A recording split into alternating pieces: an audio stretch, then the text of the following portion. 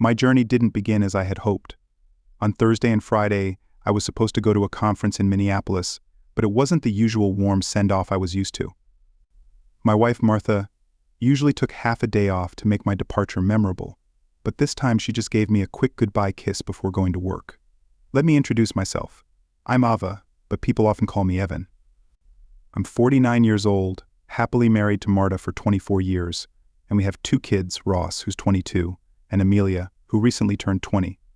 My journey started at 3 o'clock in the afternoon. I left work and headed to the airport. I always like to arrive early for my 6 p.m. flight to avoid any stress about being late. Everything was going smoothly, and I waited patiently for the announcement of the flight's departure. However, luck was not on my side this time. The flight from Minnesota was delayed due to bad weather and an impending snowstorm.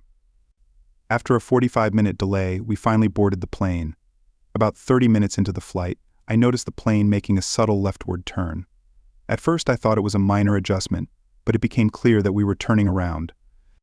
The pilot confirmed that due to the severe snowstorm, we couldn't land in Minneapolis, so we had to return to where we started.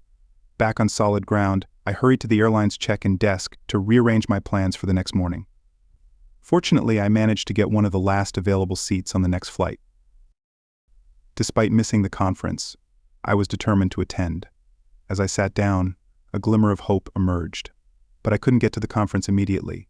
I called my contact in Minneapolis to let them know about the delay and left a detailed message on my boss's voicemail. Anxiously, I called home, hoping to hear Martha's comforting voice.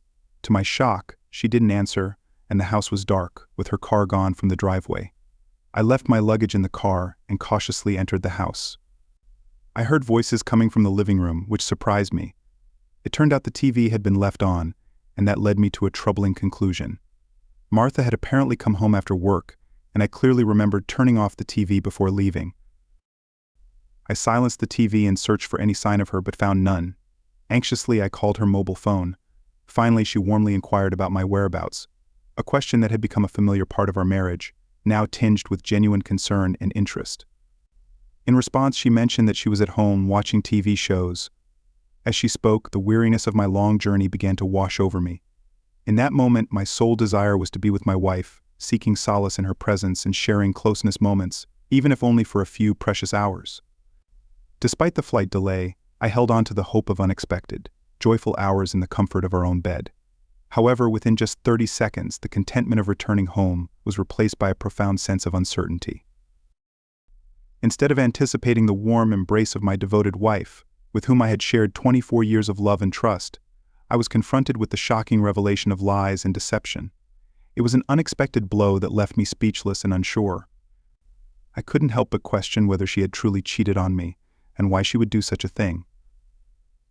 There appeared to be no logical explanation for her deceit, whether it occurred while she was at work, with friends, or at a restaurant. I must have remained silent for a while, as Martha's worried voice eventually broke through, asking if I was still present. I snapped back to reality and mumbled in response, "Yeah, sorry, we've landed in OYR and I have to go." With a heavy heart, I abruptly ended the call. The phone rang again, but this time I turned it off, needing some solitude to make sense of my racing thoughts.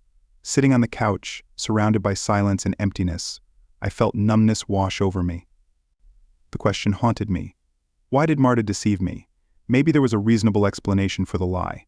Perhaps she was planning a surprise.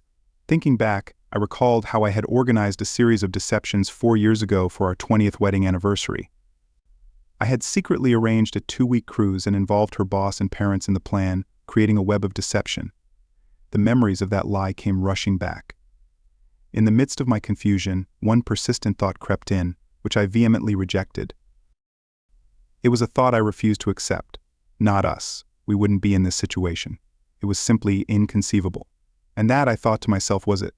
Realizing that my daughter Amelia might know about all of Marta's surprises and plans, I quickly dialed her number from memory. My beloved daughter's voice greeted me on the phone and asked how I was. I inquired with genuine curiosity about her well-being, and she replied, saying she had just finished her homework and was watching TV. Feeling the importance of the situation, I cautiously asked if she had talked to her mom recently and if Marta had mentioned anything to her. Amelia mentioned that they had their usual weekly phone call on Sunday, giving me a glimmer of hope. I then asked her if she happened to know anything about a surprise Marta was preparing. I made it clear that I didn't want to know the nature of the surprise, only if Marta was planning something. My voice held anticipation as I waited for her response. Amelia's reply shattered my hopes. She mentioned that she didn't know anything and inquired about what was going on, unaware of my worry. Coming up with a feeble explanation, I told her that Marta had been acting a bit strange lately. And I wondered if she was hiding a nice surprise, perhaps for my 50th birthday. Amelia quickly dismissed the idea, reminding me that we had celebrated my birthday last month. Having failed to get any information, I accepted the truth and wished my daughter a good night. She replied, sounding dejected. I realized that the surprise I'd hoped for wasn't going to happen. The question remained, why would Marta deceive me? Possible explanations started to form in my mind. Perhaps it's related to an upcoming promotion. That's likely the case, I concluded. Even though I couldn't understand why she would lie, I considered the possibility that she was still working hard to achieve that elusive promotion. Lately, she had to stay late at work several times due to her unwavering dedication. However, deep down, Martha knew that no promotion could outweigh the value of the time we lost together. She understood that I wanted her to reduce her work hours, so we could spend more time together, a reasonable request that she understood. Ironically, I recalled an important decision I made a few months before our 20th anniversary, turning down a promotion. It had been nearly 5 years since I had enthusiastically accepted a job offer to become the vice president of finance at my company. But this role required frequent travel to the company's headquarters in Chicago for board meetings and visits to various factories across the country. I was excited about the job offer, but Martha quickly raised doubts, making me reconsider my decision. The cautionary tale of a colleague who went through a divorce just 2 years after accepting a similar position couldn't be ignored. While financial success was a reward for him, it came at the cost of loneliness and suffering. Given the circumstances, and the fact that our children still needed guidance and support through their remaining years of school, Marta understandably didn't want to take on this responsibility alone. Throughout the week, we had in-depth discussions about the potential consequences of accepting the promotion. Gradually, it became clear that I was on the verge of losing sight of what truly mattered in my life, my wife and children.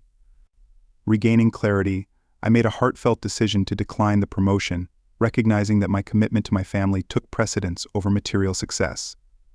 The past few months had been challenging as Martha pushed hard for her promotion. It brought back the doubts I had about my own career growth. Since our children were now in college, our family consisted of just the two of us. While Martha thought her promotion was attainable with minimal impact on our lives, such as more business trips, I worried about the many hours of overtime I would need to put in. Seeing my wife for only an hour or two a day during the week left me dissatisfied. Brief moments together didn't bring contentment, and the lack of quality time together weighed on my heart. The decline in our closeness life couldn't go unnoticed. Martha became increasingly engrossed in her work, spending Saturdays and even Sundays at the office. When she returned home, fatigue consumed her, leaving no energy for anything else. It had been a while, if not impossible, to remember the last time we were closeness. 3 weeks ago last month. Specific details blurred into a depressing haze. Acknowledging that age contributed to our diminishing physical connection, it was hard to ignore the sad lack of bed life we used to share. It's possible that her deception during our phone call was an attempt to avoid discussing my concerns and hide behind her work commitments. However, it's only fair to admit that I too was on a business trip and had to work overtime occasionally. At the same time, there was a simple way to uncover the truth. I decided to call Martha's direct line at the T-Bold advertising agency to confirm things. To my surprise, her colleague Jake Turnbull answered the phone. Alarmed, I quickly composed myself, expecting to hear Martha's voice. I greeted him using my nickname, and his response caught me off guard as he mentioned that I should be enjoying a vacation with Martha. I was shocked and confused by his comment, and it was clear that something was amiss. That evening, I found myself in a web of surprises and inquired about the supposed vacation. Afterward, I quickly regained my composure, apologized to Jake for the interruption, and fabricated an excuse claiming that I had dialed his number by mistake. He reassured me without any concern, mentioning that Martha owed him lunch for covering her shift and the late working hours. He expressed his frustration, saying that it was 9 p.m. and he was still at work. With that, he concluded the conversation and hung up. Gradually, the truth became clear to me. Martha wasn't working and was in fact absent from her workplace. According to Jake, she had taken a vacation until the end of the week. Panic slowly crept into my mind, tightening its grip as fear took hold. Where was Martha? What could she be doing? An unwelcome but silent thought invaded my mind. No, it couldn't be true. I've always strived to see the best in people, maintaining a positive outlook and valuing the inherent kindness in everyone. But now, against my will, I started contemplating the worst-case scenario. Could this really be happening? Could Martha betray me like this? The thought of her being with her sister Victoria crossed my mind involuntarily. Over time, we distanced ourselves from Victoria and her ex-husband Mike. Once we were incredibly close, bound by strong friendships that felt unbreakable as our lives intertwined in a beautiful tapestry of shared experiences. We spent evenings together, supported each other, cared for our children, organized numerous family gatherings, and even went on vacations together. But everything changed one fateful day when I returned home with a throbbing headache. In search of relief, I took a couple of Tylenol tablets and lay down on the couch. Half an hour later, Marta and Victoria returned from a shopping trip, chatting animatedly. Unnoticed by them, I remained on the couch. Suddenly, Victoria began to speak, asking if Martha had noticed the new product manager at the grocery store. My heart raced as I anxiously awaited Martha's response. She calmly replied that she found him cute, admitting that he had smiled at me. Then, with unease, she added that it would be better if he were smiling after yesterday's encounter in the backseat of her car. Declared defiantly by Victoria. To my surprise, my wife responded disapprovingly, cautioning Victoria that she might get caught, risking the loss of a good husband and more. Unfazed, Victoria responded confidently, assuring Martha that she was always careful. With those words, they abruptly left, leaving me in a state of uncertainty. As someone who values honesty and integrity, I struggled to bear the weight of this revelation. Uncertain of the right course of action, I found myself at a crossroads. One thing was clear.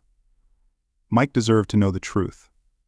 Hearing about Victoria's infidelity would undoubtedly devastate him, and the thought weighed heavily on my heart. I knew that Mike, upon learning of her betrayal, would not hesitate to kick Victoria out of their home. I carried the burden of potentially causing the collapse of their marriage. Did I really want to be the reason for such a profound change? Before I could reach a final decision, my wife returned home with our children. Comforted by the fact that she disapproved of her sister's actions, I decided to postpone my decision until we could discuss it further. That evening, as we prepared for bed, I broached the subject, seeking her guidance. I cautiously began explaining the situation and sharing the news of discovering infidelity in our circle. Her expression initially revealed uncertainty, as I asked in all seriousness what I should do, and whether confronting the cheater with anger was an appropriate response. Martha took a moment, carefully considering the circumstances surrounding the situation. She began slowly, suggesting that it might depend on the specific situation, and that there were various factors to consider.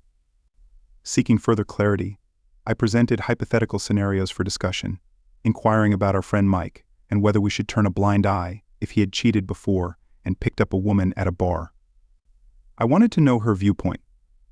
The weight of the situation hung in the air as I contemplated potential courses of action. Suddenly, Martha sat up in bed, gripping the phone tightly and expressing her anger. It was clear she felt compelled to take immediate action and inform Victoria about the betrayal. Instinctively, I gently took her phone and told Martha that I would handle the situation, as it was my responsibility. Martha had doubts about the correctness of our decision and asked what was going on. I responded confidently, assuring her that I was sure and hoped that Victoria would kick the cheater out of the house. Martha looked at me with determination in her eyes, affirming that we wouldn't let him stay with us. She declared firmly that he could find his own place and that she wouldn't shelter a cheater in our home. Luckily, things played in my favor, and Mike answered the phone.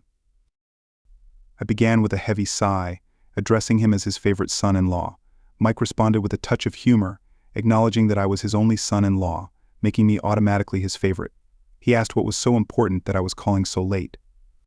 After taking a deep breath, I cautiously continued, warning him that I had overheard a conversation and had devastating news to share. I told him that his spouse hadn't been faithful and had cheated on him just yesterday. There was a long pause on the phone as Mike absorbed this shocking revelation. When he finally spoke, his voice was barely audible. Filled with disbelief, he expressed his doubt, asking if I was absolutely certain it was about his Victoria. I confirmed that I had heard it directly from her own mouth, describing it as more of a boast without a hint of remorse. Expressing my condolences, I offered my support and told him that we were there for him and the kids. Mike reassured me and hung up the phone. Martha looked at me with sadness in her eyes, tears welling up. She whispered that she was proud of me and asked for a hug. Feeling lost and scared, embracing her, I offered comfort in the face of uncertainty. After a moment of calming down, I inquired about whether they should consider seeing a therapist, curious about their potential next steps. Martha, feeling weary, mumbled sleepily, expressing doubt about whether therapy would change anything and mentioning that once someone has strayed, they tend to do it again. I quietly agreed with her assessment. The ringing of the phone roused me from sleep, and I answered groggily, trying not to disturb Martha. Victoria's furious voice lashed out at me, demanding answers about what I had told Mike. I responded calmly to Victoria, stating that I had told Mike the truth and emphasized the importance of honesty, as Martha watched with concern and resolve. Victoria's voice was filled with anger as she expressed disbelief that her sister would betray her.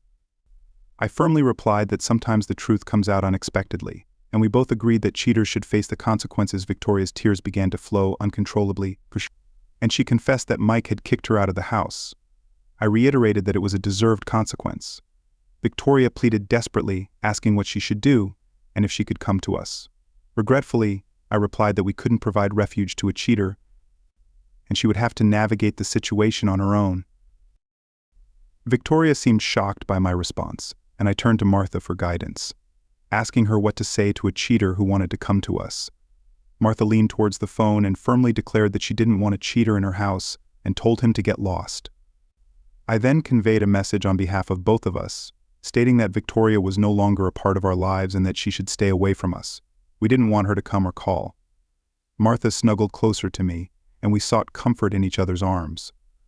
She whispered that she was proud of how I had handled the situation, and we peacefully drifted off to sleep. However, the morning brought an expected storm, as Martha's father called and yelled at his daughter. Martha was anxious and tearful after the phone call. I explained to Martha that it was our mutual decision, and we had discussed the possibility of seeking advice and ending our connection with the deceiver. I clarified that I had only mentioned a hypothetical scenario about Mike and hadn't asserted that he actually cheated on Victoria. I posed a thought-provoking question, asking how Mike's potential betrayal differed from Victoria's infidelity.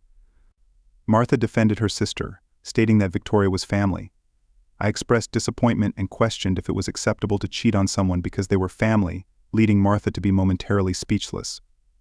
3 years ago, I had a pivotal conversation with Martha, asserting my stance about her sister.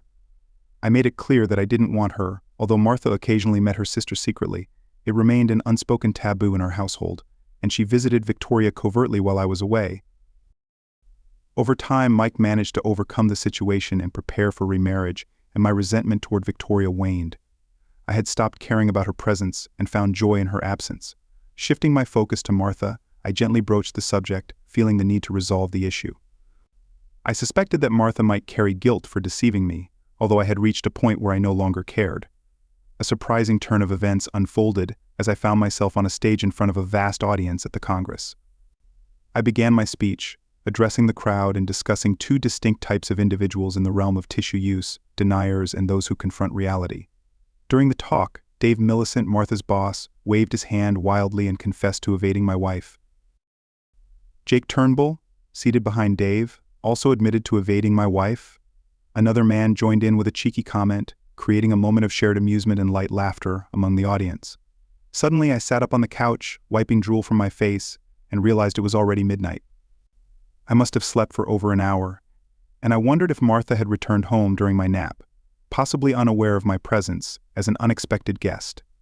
Hastening toward the bedroom, I entered, but found no signs of her. Then it dawned on me that she was likely with her sister Victoria.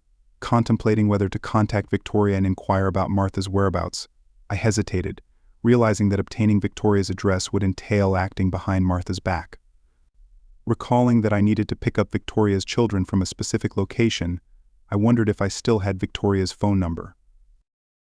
As I prepared to search my contact list, I noticed the Find My Phone app icon on my smartphone. A year ago, I had installed it on both our phones after losing mine during a trip from New York to Cincinnati. Recognizing its capabilities, I promptly opened the application. Within seconds, I received information about Martha's phone's location. It indicated Mills Lake. I was puzzled, wondering why she would be there. Contrarily, Victoria was facing financial difficulties, making it unlikely for her to afford a cottage on Mills Lake. The situation was becoming increasingly mysterious. Mills Lake was renowned as an upscale residential area, with cottage costs far exceeding those of our modest home. Using Google Earth, I carefully pinpointed Martha's precise location.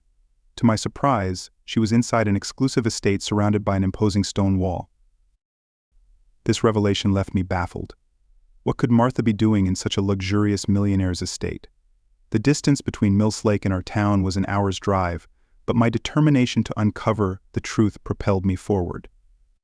At the same time, I realized that a direct conversation with her would likely result in dishonesty or evasion. Gathering indisputable evidence was essential before initiating a conversation, despite my hesitations. Flooded with intense emotions, I quickly headed to Mills Lake, reproaching myself for refusing to consider the possibility of Martha's wrongdoing. Regret gnawed at me as I realized I should have checked her phone's GPS locator right from the start instead of seeking excuses for her actions. Uncertainty clouded my thoughts as I arrived at Mills Lake, uncertain of my intentions and harboring a faint hope for a straightforward explanation. Anxious, I made my way to the estate where Martha was located, weighed down by the anticipation of what awaited. Before me loomed a massive gate, barring direct access to the estate. I wasn't planning to drive up to the house and announce my presence in search of my wife. After assessing the situation, I understood that parking by the road might attract unwelcome attention, possibly leading to the arrival of security guards or law enforcement in this exclusive community. Driving a bit further, I stumbled upon a humble path and decided to park the car there. Stepping out, I grappled with uncertainty. How would I bypass the towering wall separating me from the truth? Then it dawned on me that the estate bordered the lake, meaning an approach from this side was possible. With renewed determination, I made my way to the lake shore, my heart racing at the prospect of finding an entry point to the estate from this direction. Discovering a footpath leading to the lake, I cautiously moved toward the shoreline, not knowing which grand cottage Martha was in. I counted on another check of the GPS locator. In the end, I reached a luxurious mansion where several second-floor windows still had lights on. However, the ground floor was dimly lit. Only one curtain remained ajar, casting warm light outside. Seeking an elevated vantage point, I found a sturdy tree and climbed high enough to peer inside. My gaze settled on a man wearing a white terrycloth robe, though he was hardly recognizable to me. The man, appearing older than me, swiftly vanished from view. A moment later, a woman emerged, confirming my suspicions. It was Victoria. As she stood in an open robe, sipping champagne from a glass, I couldn't deny that she remained attractive at her age. The pieces began to fall into place, and I realized that Martha was indeed with her sister. This revelation didn't surprise me. Given the financial implications of a divorce, it seemed likely that Victoria was seeking a wealthy partner. Yet, I couldn't help but think that Martha had been drawn into a lifestyle I disapproved of and didn't want for her. As events unfolded before my eyes, I witnessed a scene that left me disheartened. The man I initially spotted approached Victoria and his hands boldly explored her body. He took her champagne glass, discreetly setting it aside. I had to climb down from the tree and avert my eyes from this closeness display of my sister-in-law's allure. My sensibilities were rooted in traditional notions where love and bed life formed the core of a genuine relationship between a man and a woman. What I observed felt devoid of love, lacking the connection and affection I held dear. Even if I didn't hold Victoria in high regard, I wouldn't wish such a destructive and empty existence on anyone. Feeling uneasy with the scene unfolding before me, I contemplated descending from the tree. However, as the couple moved away from the window, I locked eyes with Martha. She sat on a distant couch, sporting a foolish, inebriated smile. My heart sank, frozen in bewilderment. Her robe was open, revealing a sight that sealed the fate of our marriage. Overwhelmed by shock, I took a hesitant step backward but lost my footing and tumbled from the tree. Branches broke my fall and I was fortunate to escape with minor injuries. In a daze, I got to my feet, feeling like an old man. Under the weight of what I had witnessed, I started wandering aimlessly like a zombie adrift in a desolate world. Tears welled up in my eyes as I limped my way back to the car, reflecting the profound pain that consumed me. It wasn't the physical fall from the tree that caused me pain, but the emotional loss of happiness and the separation from a loved one. During those distressing minutes, I briefly considered breaking into the cottage, forcing my way inside to confront the situation. However, the harsh reality of the consequences, potential years in prison for trespassing and assault, quickly extinguished this desire. Alone with my thoughts at night, a storm of emotions raged within me. Denial could no longer shield me from the harsh truth, and I grappled with the profound sadness and simmering anger. Yet I recognized the danger of letting that anger consume me, understanding that it would only further damage my own life. Deep down I knew that, no matter how angry I was, I would never resort to physically harming Martha. As events unfolded, I considered various options. The simplest one would be to return home, pack my belongings, and leave her. If we lived in a no-fault divorce state, had separate incomes, and no dependent children, the divorce process would likely proceed smoothly. We would divide our property equally and part ways. However, despite this straightforward path, a part of me yearned for justice and the desire to exact some form of revenge. A bold idea took hold of my thoughts, and without hesitation, I decided to seize the moment and see how it played out. Clutching my phone tightly, I dialed Martha's number, anticipating that she might not answer, and I'd be directed to her voicemail. I hoped she'd check her voicemail right away, just in case. "Hi, honey," I began, projecting my voice onto the answering machine recording. "Since you didn't pick up the home phone, I'm calling you on your mobile. I wanted to alert you not to be alarmed when you hear my keys in the door." In a few minutes, amid the chaos of a flight delayed by a blizzard and uncertain arrival times, I left a message for Martha.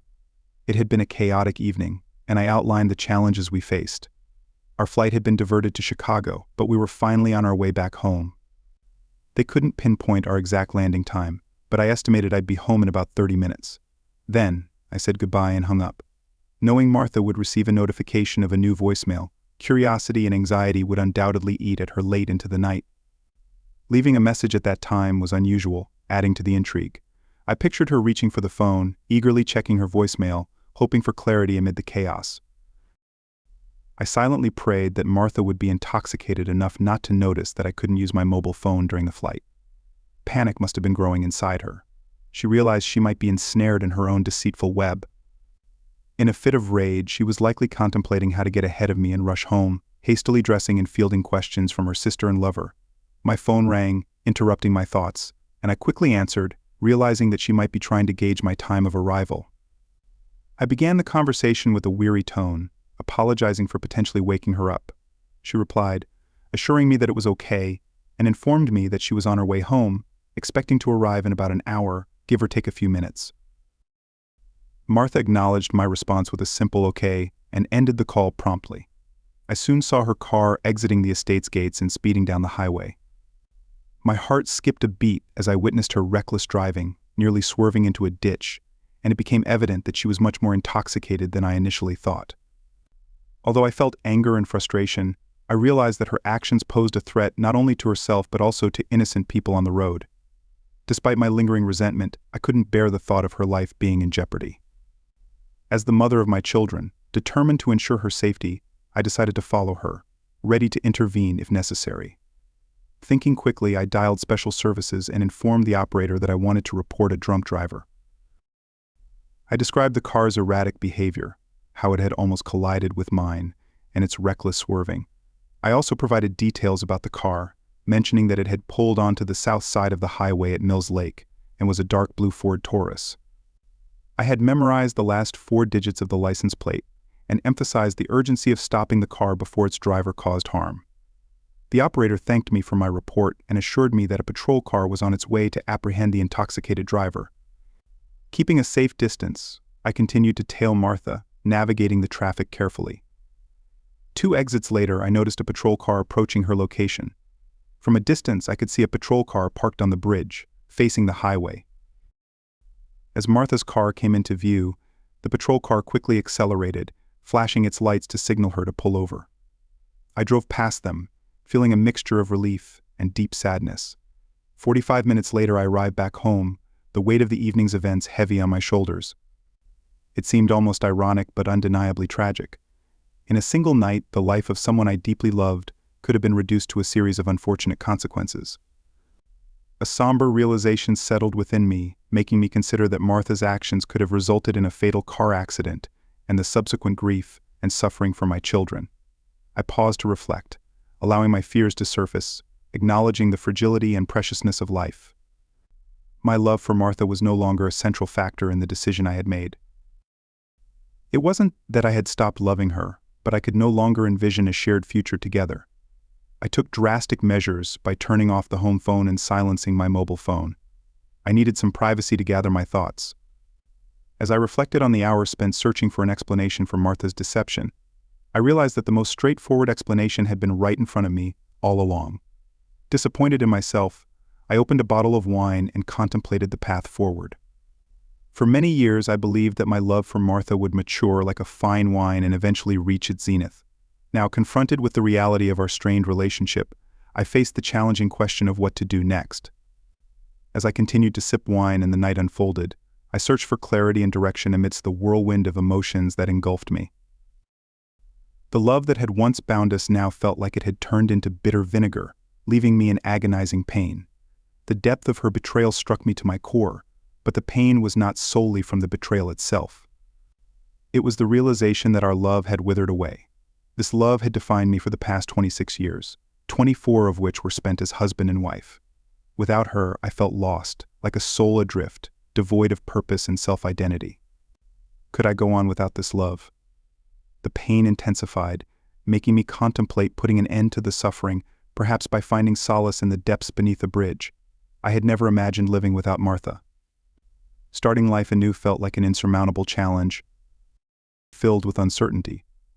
How do you plan your life when a person who has been your everything is suddenly gone? I was at a loss, unsure of where to begin. Making decisions without consulting Martha seemed inconceivable. Family had always been the focal point of my life. I carefully weighed every choice, considering the well-being and happiness of my wife and children. Even our social life revolved around our family's needs, and I rarely engaged with colleagues and others. While I attended obligatory work events like the annual Christmas party, my priority had always been getting back home quickly. The times I ventured beyond these obligations were few. Over the past decade, I'd occasionally reminisce about the times when we socialized with colleagues, but now with the kids gone, it was just Martha and me.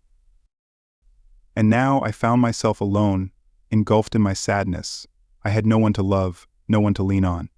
For the first time in my life, loneliness became my unwelcome companion. Why did she choose this path?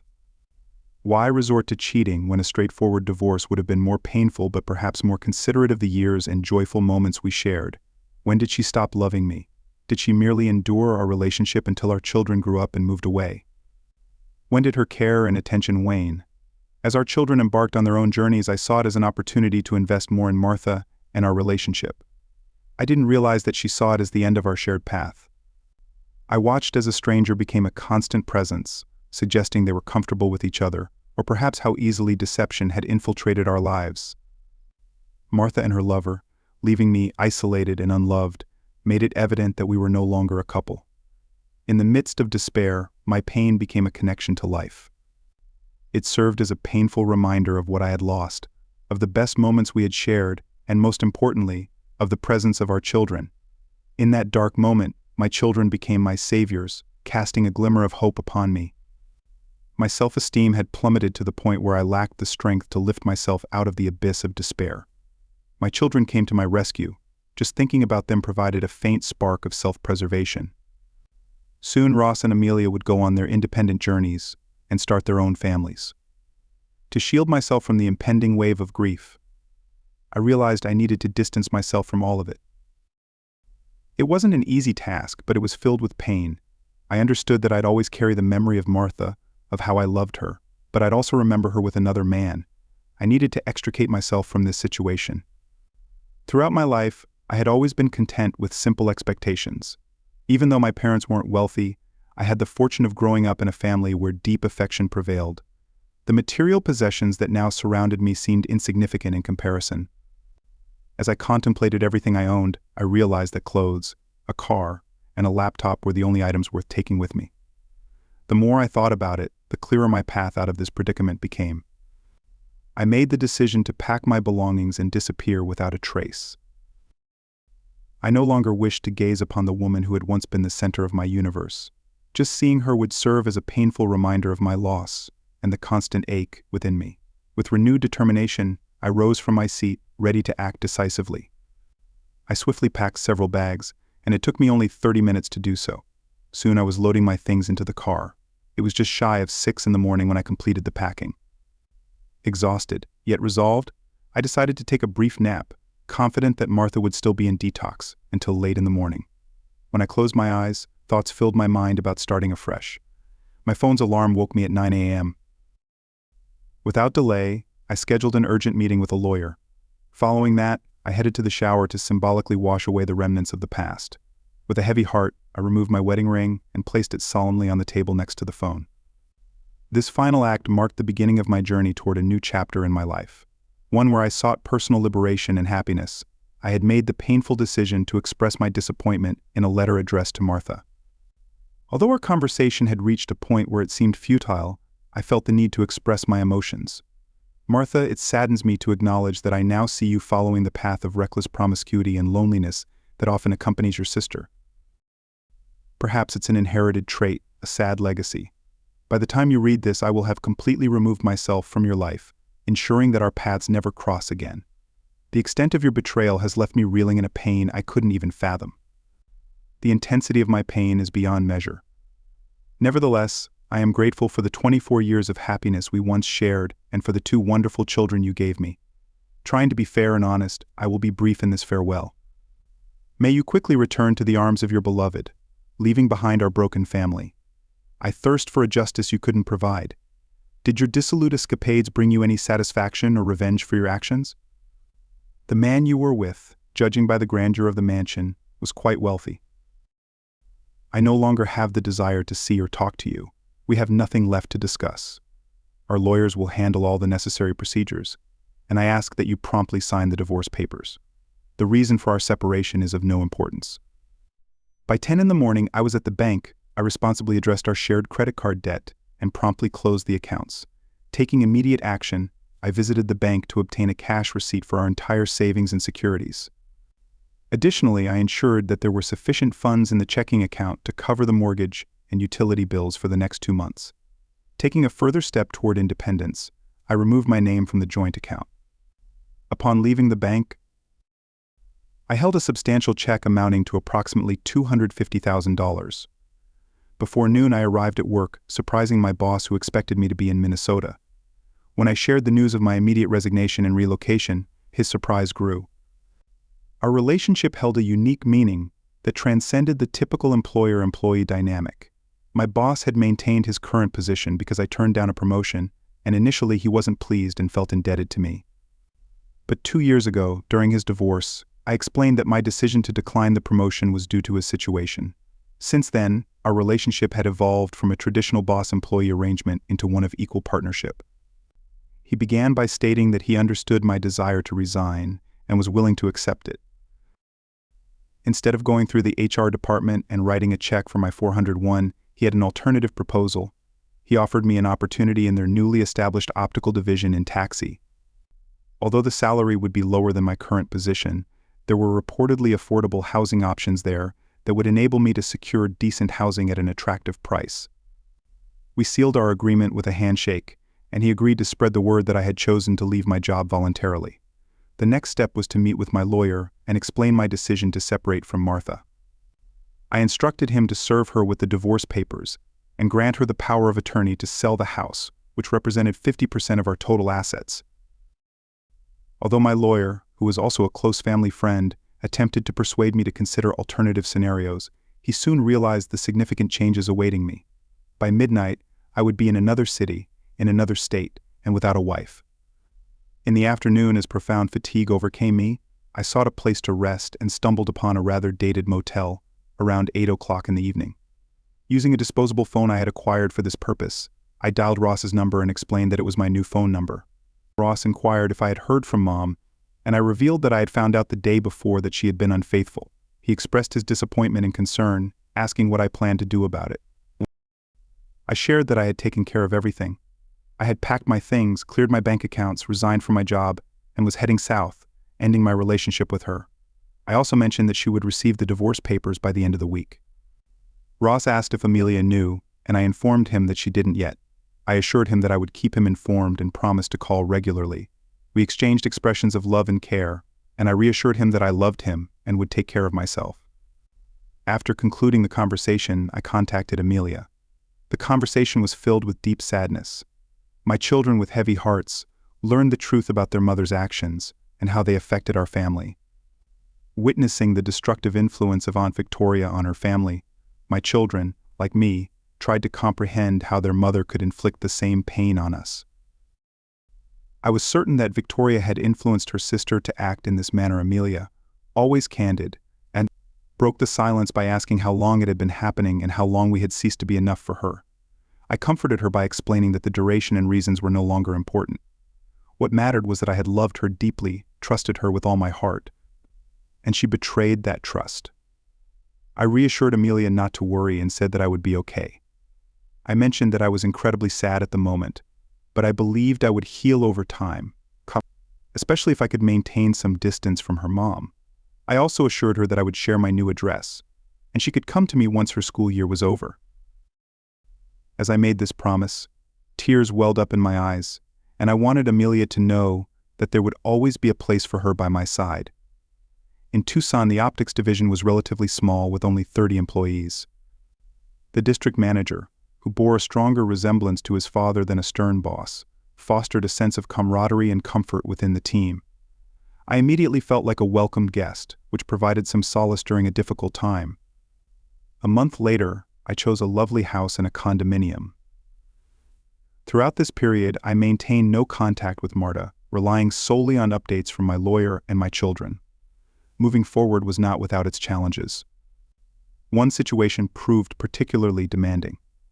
My lawyer informed me that Marta was ready to contest the divorce, expressing her unwillingness to proceed with it and her readiness to fight to the bitter end, even if it meant financial ruin for both of us. In response, I calmly instructed my lawyer not to proceed with the divorce. I said I didn't care anymore, and that I wanted to give her the chance to rebuild her life after the 24 years of happiness we once shared together. I instructed my lawyer to tell her that I had no desire to continue the relationship and that I wished her a good life. I added a more colorful message to tell her to go to hell, and I asked my lawyer if he could deliver that message. My lawyer, recognizing our close connection, replied that he could do it with pleasure, but warned that there would be an additional $1.50 zero for this. Conversations with the children were more challenging. One by one, I had to convince them that there was no turning back on this decision. The first hurdle arose when Amelia told me, "Dad, Mom completely freaked out when I mentioned that I planned to live with you this summer." I promised Amelia that I would do my best to visit her and her grandparents. However, her reaction was so concerning that I found it necessary to step away from my phone for a few days. Martha's behavior worsened when Ross decided to split his summer between both of us. As for Martha, I consciously refrained from inquiring about her, focusing on moving forward with my life. It wasn't easy because remnants of my feelings for her still lingered, a mix of emotions tied to our shared past before the betrayal. Yet, with my children's help, I gradually learned more about Martha's state of mind. To my surprise, it turned out she was going through a deep depression, mirroring the emotional shock I had once experienced. It's just unbelievable, especially considering what happened to her sister. The concept is quite simple. When you cheat, it hurts the very people you should love, which leads to the destruction of your marriage. Afterward, you continue to live your life. So how could Martha be depressed when I did everything possible to enable her to carry on without my presence? Her reluctance to divorce seemed like an escape from reality, a way to avoid facing the fact that her actions caused our family to crumble. It's absurd, isn't it? For a few hours I was in denial myself. But she had been living in denial for the past 2 years. Even though she knew our children were in regular contact with me, she used our children as a way to express remorse for her actions. Through them, she tried to convince me that she was willing to do anything to prove her love for me. Although I understood that our children held hopes of reconciliation between us, I just couldn't bring myself to agree to talk to Marta. The geographic distance between us was also an issue for them, as they had to choose between their mother and me. Marta was relentless in her pursuit of my whereabouts from our children. All she knew was that I lived in one of the southern states. It had been almost 3 years since I left her, and she finally managed to discover my location. One fateful day, leaving work, I spotted her lurking near the office.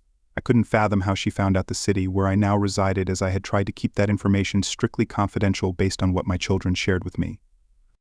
Martha was convinced that a face-to-face meeting would be enough to change my mind, but I was determined to change her mistaken perception. Swiftly and discreetly, I slipped out through a side door, my heart racing, and called Louise to let her know about the situation. Knowing my plan, I deliberately placed myself within Martha's sight, luring her to follow me. When I pulled into the parking lot, Martha caught up with me. To confound her, I drove around the city for a while, stopped at the grocery store, and then returned home. Upon reaching the house, I parked, and Louise, a beautiful 30-year-old Latina, opened the door instead of my keys. A moment later, the doorbell rang, and Louise, cradling a 1-year-old baby in her arms, rushed to open it. From my place in the kitchen, I observed Martha's astonishment upon seeing Louise. Louise greeted her with a distinct Spanish accent and asked how she could help. Martha expressed her desire to talk to me. At that moment, Louise called out to me from the doorway, and I took the baby in my arms. Louise told me to take care of our daughter while she finished preparing dinner.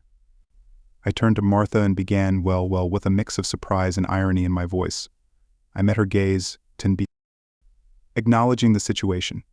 I inquired with a resolute yet attentive tone, asking Martha what she wanted after almost 3 years apart. She responded in a barely audible whisper, confessing that she needed to apologize and convey how deeply sorry she was for the pain she caused me. She acknowledged that it wasn't my fault, but rather her own foolishness. Martha expressed her love for me then and now, describing me as the best husband and father a woman could hope for, while admitting her own thoughtlessness and genuine remorse for the suffering she had caused. I found her sincere apologies moving, but I knew it was essential to end this charade promptly. I replied, "Well, it's all right," feigning happiness.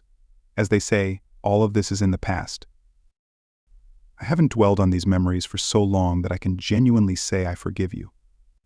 As I looked at Timarita, who was radiating with joy while in my arms, I continued, "In conclusion, I sincerely wish you a joyful life, filled with love, much like mine," and my voice carried genuine sentiments.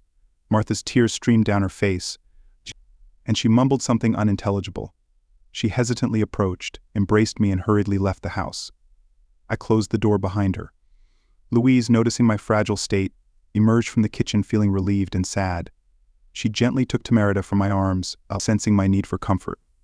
I leaned against the closed door, giving in to tears.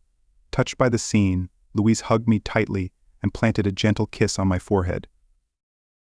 With a determined look, she reached for the phone. She said, "I need to let Horatio know that I'll be heading back home with our daughter soon," her voice exuding warmth and confidence. I whispered, "Thank you, Louise," sincerely appreciative of her presence and unwavering support. I instructed Louise, "Make sure to tell Horatio I'll be waiting for you at the barbecue on Saturday," and her voice brimmed with enthusiasm. "Absolutely, boss. I'll see you at the office tomorrow."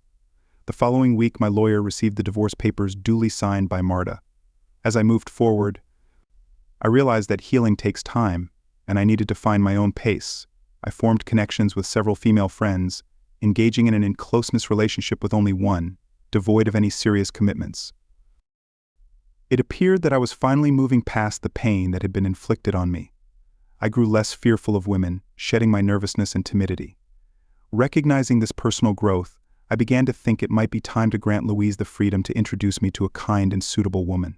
Trusting her judgment, I contemplated the opportunity to meet someone who could bring genuine happiness back into my life. Now, I'm reconsidering my decision. After this unexpected encounter, doubts have arisen. Not about leaving Marta, as that decision remains steadfast, but about my prior assumption that we had nothing in common. I've always believed we had nothing to discuss, assuming she understood my stance on infidelity and how I'd react in such a situation. However, listening to fragments of Martha's story during our recent conversation, I'm beginning to question if I should have avoided this confrontation, despite my aversion to it. One thing, though, is undeniable. Removing myself from her life was the best course of action for me.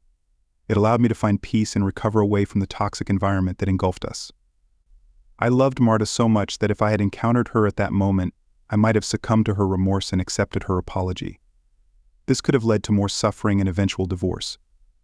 But now, 3 years since her betrayal and our separation, Marta's apology suddenly gave me a sense of closure.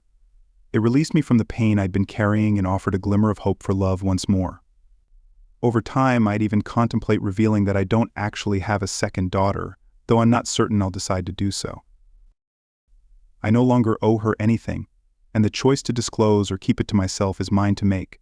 I finally unburdened myself of obligations to her, allowing me to move forward and embark on a new chapter in my life.